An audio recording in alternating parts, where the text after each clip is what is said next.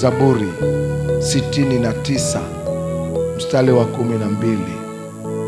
Zaburi ya 69 mstari wa 12 hadi 21, neno la Mungu linasema: waketio langoni unisema, na nyimbo za walevi univiaki. Nami maombi yangu na kuomba wewe Bwana, wakati ukupendezao, Mungu, kwa wingi wa fadhili zako unijibu. Katika kweli ya wokovu wako uniponye kwa kunitoa matopeni. Wala usiniache nikazama, na niponywe nao wanaonichukia.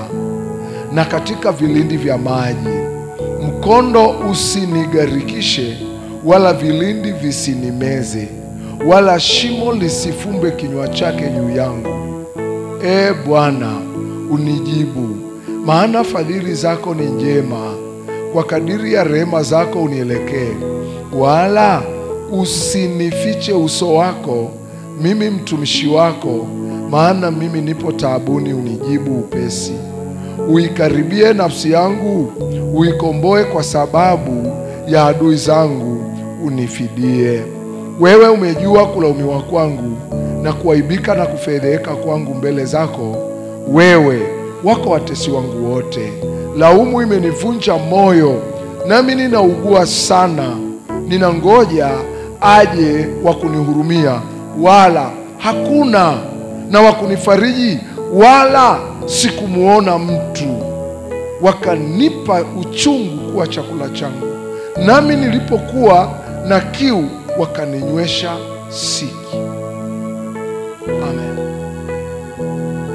Hapa tunaona mtumishi wa Mungu mapito anayoyapitia.